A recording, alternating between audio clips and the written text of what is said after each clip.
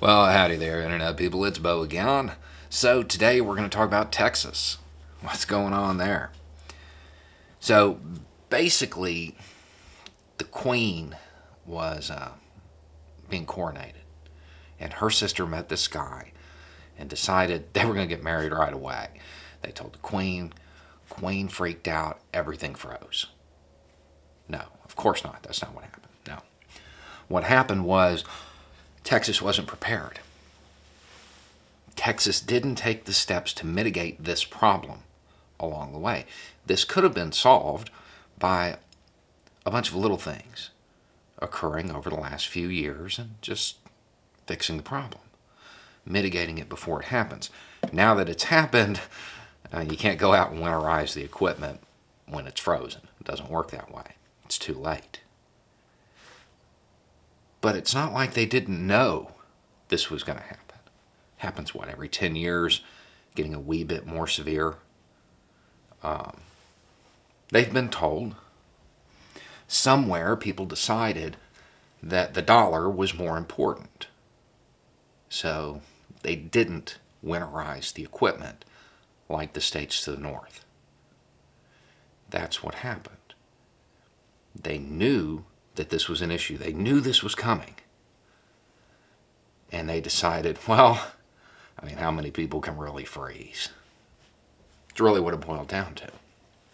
I'm certain that the private equity groups that keep handing money to Senator Corbyn's campaign, I'm sure they probably would have told him that's sound advice.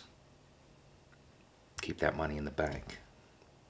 Don't mitigate. Don't make changes. Don't disrupt the status quo. Just keep everything rolling along.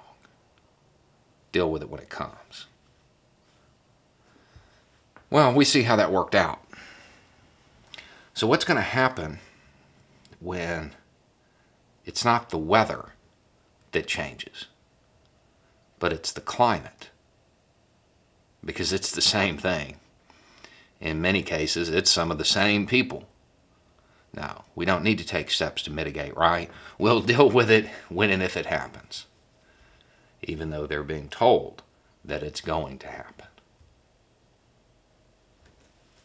It's the same thing. And it's the same poor decision-making being made by the same people. Just like winterizing the equipment, you can't wait till it gets here to do it. You have to build the ark before it rains, type of thing.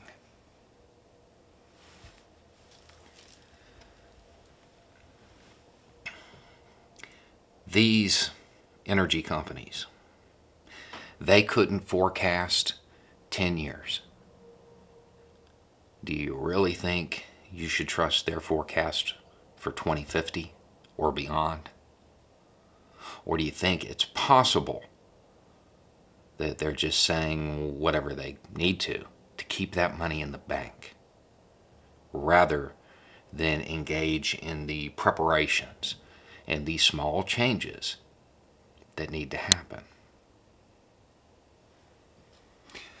It's something that the people in the very red state of Texas should keep in mind as this current administration attempts to change our energy policy to something a little more resilient, something that might be able to withstand the climate issues that are coming.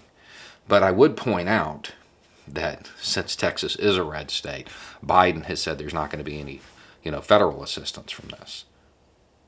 No, of course not. He didn't say that. There's only one president that would say something like that. Hearing that under anybody other than Trump is ridiculous. But it was accepted as normal, because there has become a pattern has developed of just repeating and being okay with whatever your party says. Your party, the party that likes to support these large energy companies, they're the reason you're not going to watch this, for a few days, because you don't have power. Anyway, it's just a thought. You have a good day.